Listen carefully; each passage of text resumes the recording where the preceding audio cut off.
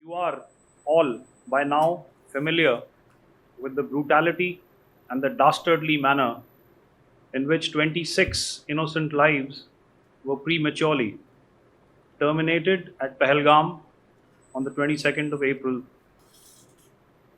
When you combine those horrific scenes and the pain of the families that the nation witnessed with numerous other recent terrorist strikes on our armed forces and defenseless civilians, we knew that the time had arrived to make yet another compelling statement of our resolve.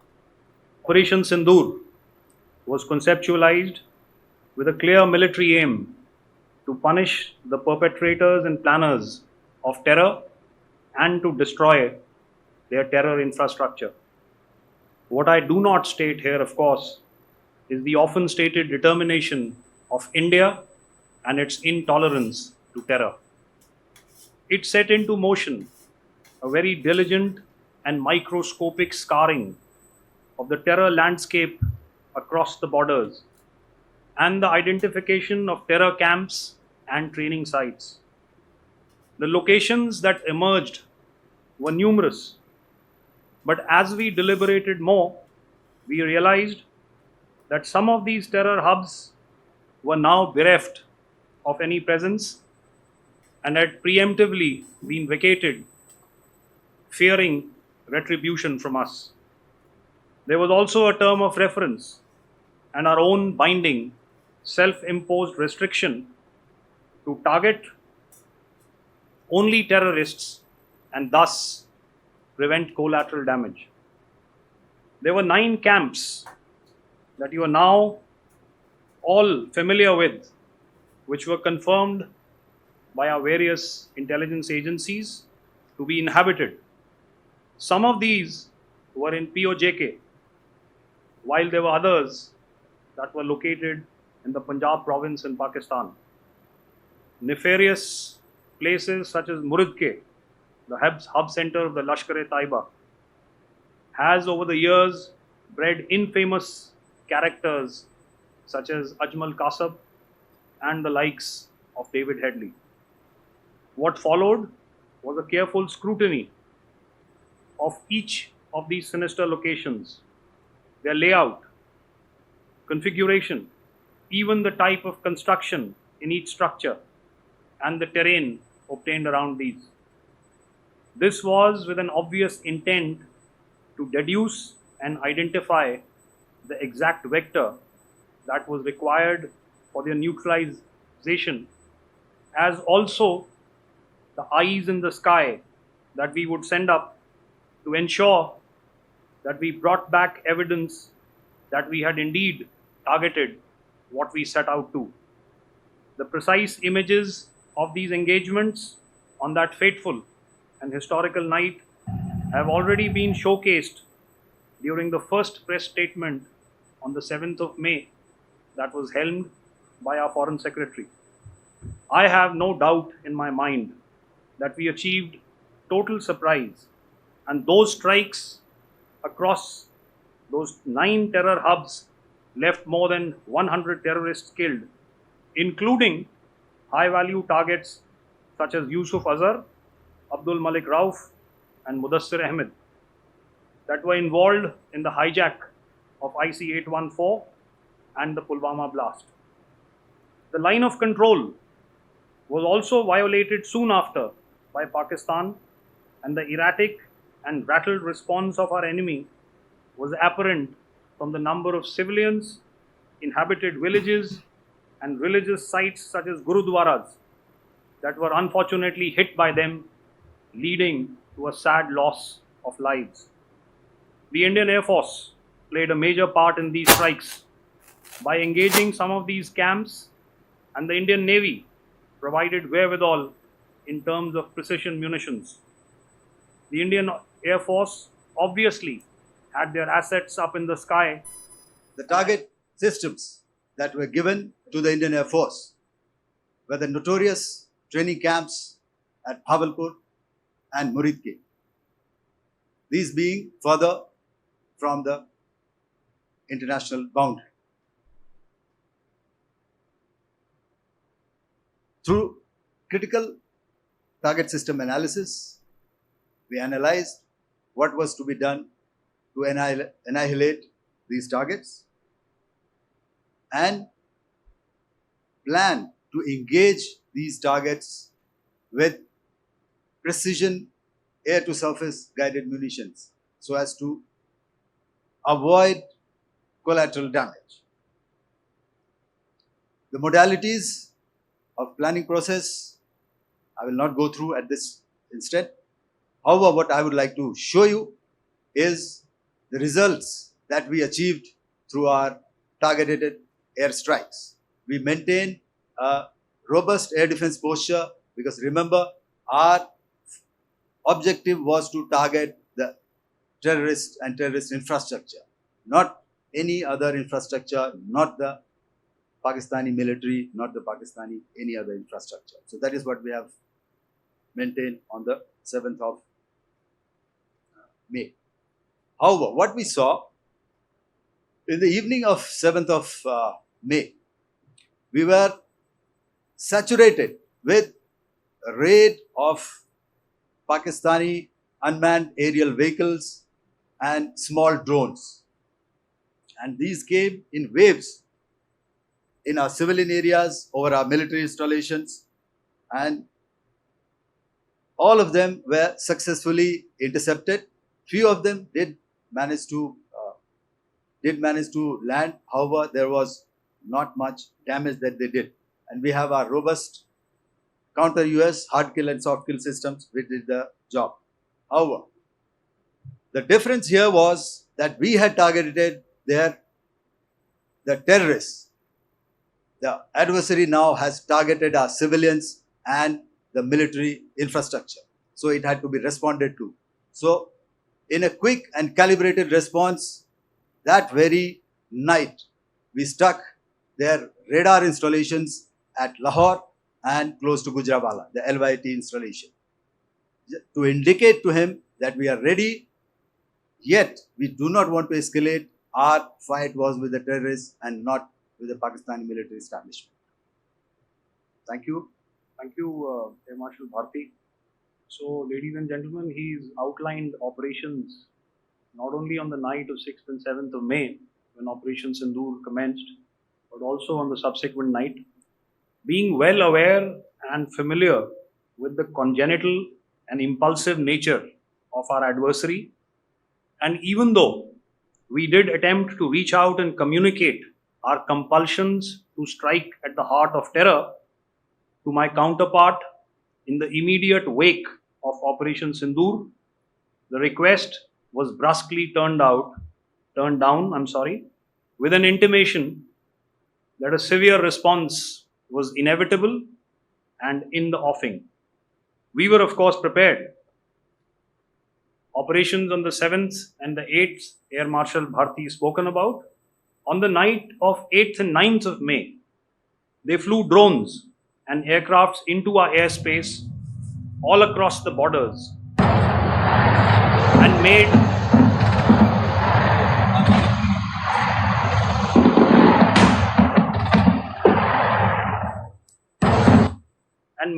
largely unsuccessful attempts to target numerous military infrastructure. Violations on the line of control by Pakistan also commenced yet again and precipitated into fierce arty engagements. The air operations on the night of 8th and 9th of May, I'll yet again request the DG Air Operations to cover. So I just covered what happened on the night of 7th and 8th. What we found that on the night of 8th and 9th, starting as early as 22:30 hours, our cities had a mass raid of drones, unmanned aerial vehicles, UCAVs, starting right from Srinagar, going down right up to Nalia. It was a mass raid in waves and it was relentless. However, we were prepared, and our air defense preparedness ensured that there is no damage on ground or to any of the intended targets that the enemy might have planned for. The difference between 7th night and 8th night was that on 7th night he sent in his Jihad class of UAVs. However, these UAVs can go some distance, they are armed. However, on the 8th, less numbers of armed UCAVs were there or UAVs were there, and more numbers of quadcopters, maybe for surveillance or just for harassment of civilians. This continued till midnight. Our air defense preparedness ensured that there was no damage on the ground, either to the military installations or to the civilians. However, the enemy had yet again shown that he wanted to up the ante and he wanted a fight, and we were up to the task. In a measured and calibrated response, we once again targeted his military installations, which included his SAM sites at Malirkant. This also included his surveillance radar sites at Lahore and close to Gujranwala. These were suitably addressed, and thereafter his drone attacks continued even till morning, which we countered, and during the daytime there was some respite. Here I would like to bring out another aspect. What we found was that while the drone attacks were being launched from somewhere close to Lahore, enemy had allowed his civilian aircraft to also continue to fly out of Lahore. Not only his own aircraft, but international passenger aircraft, which is quite insensitive, and we had to exercise extreme caution, even at the cost of some tactical disadvantage, to ensure that there is no damage to any of the civilian aircraft. And this was also brought out in our press briefing during the day. So I will now hand over to my colleague to cover the events of 9th onwards. On land, we also undertook certain measures such as deployment of air defense and electronic warfare assets to establish an integrated grid with the Indian Air Force. And I have seen and heard some of you wax eloquent about the benefits of such an architecture when it comes to negating and combating air intrusions. We also carried out deployment to include movement of our forces in the land, sea, and air domains. The night of the 9th and the 10th of May saw similar intrusions by drones and aircrafts, and this time there was a concerted effort to target airfields and some very, very important logistic installations, albeit yet again unsuccessful and denied gallantly and efficiently, I must say, by the integrated Indian Air Force and Indian Army Air Defense.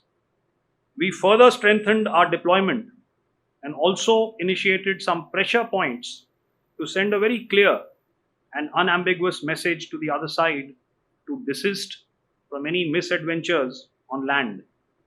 Some of the airfields and dumps saw repeated attacks in waves from the air. All were thwarted. The Pakistan Army has reported to have lost approximately 35 to 40 personnel in artillery and small arms firing on the line of control between the 7th and the 10th of May. What the other side had probably also not reckoned with was the speedy and precise turnaround and hit back by the Indian Air Force. And I will yet again ask Air Marshal Bharti to speak about these significant and game-changing strikes. I will thereafter request Vice Admiral Pramod, my colleague and Director General of Naval Operations, to tell us about some very telling naval maneuvers in the Arabian Sea that exerted pressure on the night of 9th and 10th of May. Over to you, sir. Commencing about 2000 hours, that is 8 p.m. local time, on 8th of May, several Pakistani unmanned aerial systems, drones, combat vehicles attacked multiple IF bases. These included Jammu, Udhampur, Pathankot, Amritsar, Bhatinda, Nal, Dalhousie, Thois, Jaisalmer, Uttarlai, Falodi, Nalia. These were almost simultaneous and they came in waves. All our AD guns and other systems were waiting for them. All these waves were neutralized by our trained crew using the air defense systems that they have, and also some of them were utilized using our legacy systems like Pechoras and IF Summer, which we have recently acquired, and some were neutralized by the Garud snipers. There was no damage on ground from these incursions and these mass raids, if I could call them, from the Pakistani side. However, following these relentless attacks on our air bases, on our forward positions, and on our civilian targets, this was time to convey some message to our adversaries. And therefore, a decision was taken to strike where it would hurt. And towards that in a swift, coordinated, calibrated attack,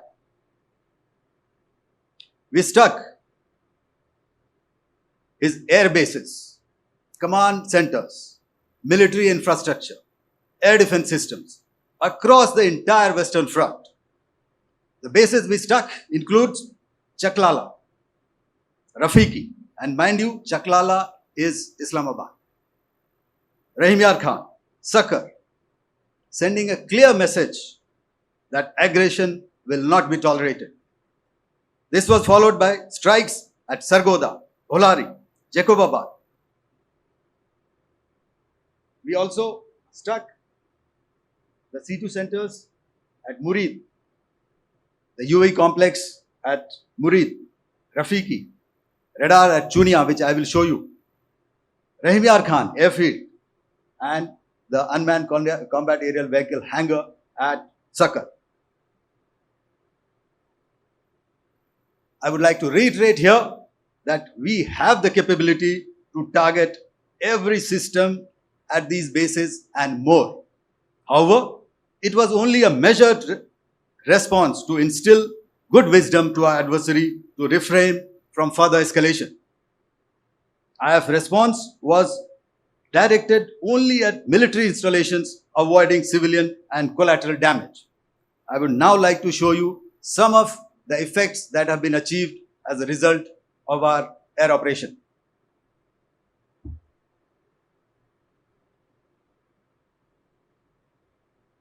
Here is the Pasrur air defense system, if you could see. Zoomed up view. This is the radar mounted on a high tower. And after the strike,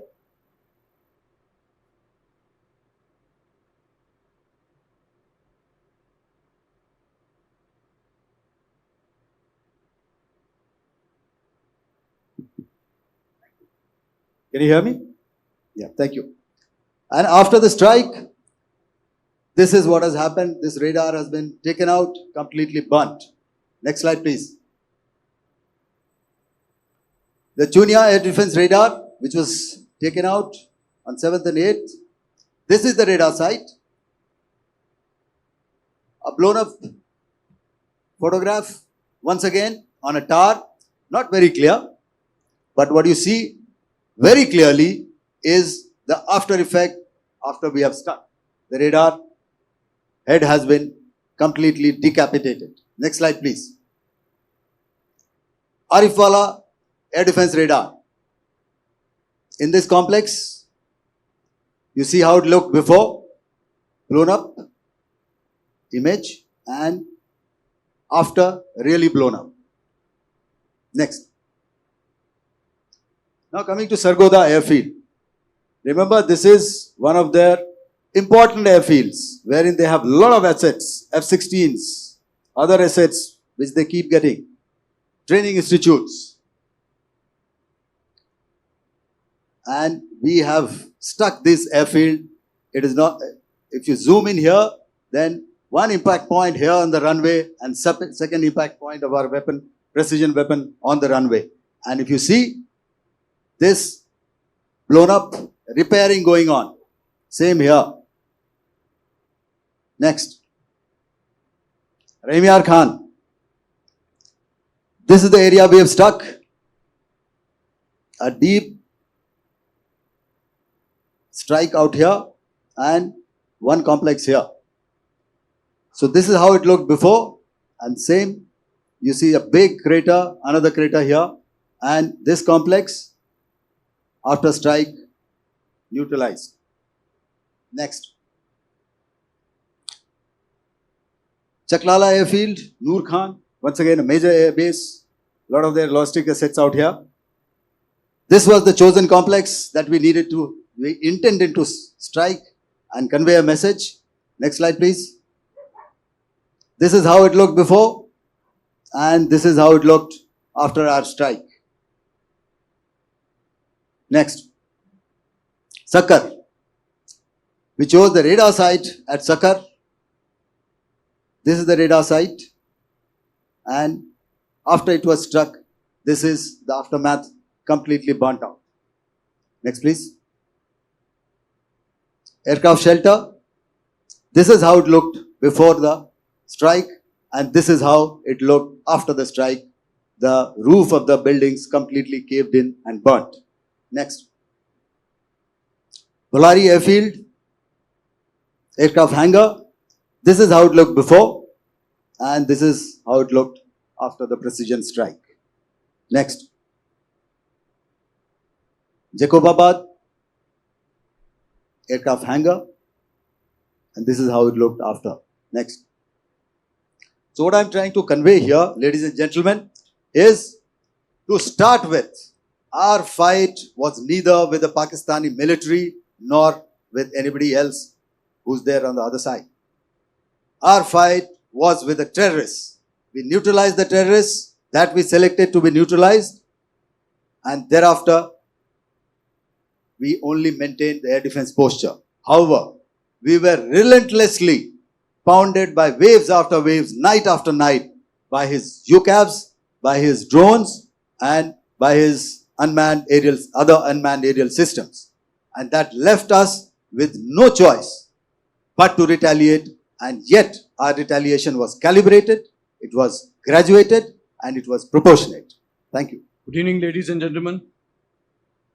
In the aftermath of the cowardly attacks on innocent tourists at Pahalgam in Jammu and Kashmir by Pakistani-sponsored terrorists on 22nd April, the Indian Navy's Carrier Battle Group, surface forces, submarines, and aviation assets were immediately deployed at sea with full combat readiness in concert with the Joint Operation Plan of the Indian Defence Forces. You may be aware that we tested and refined tactics and procedures at sea during multiple weapon firings in the Arabian Sea within 96 hours of the terrorist attack.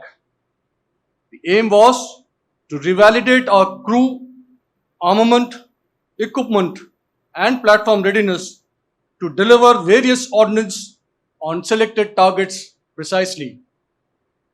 Thereafter, our forces remained forward deployed in the Northern Arabian Sea in a dissuasive and deterrent posture with full readiness and capacity to strike select targets at sea and on land, including Karachi at time of our choosing.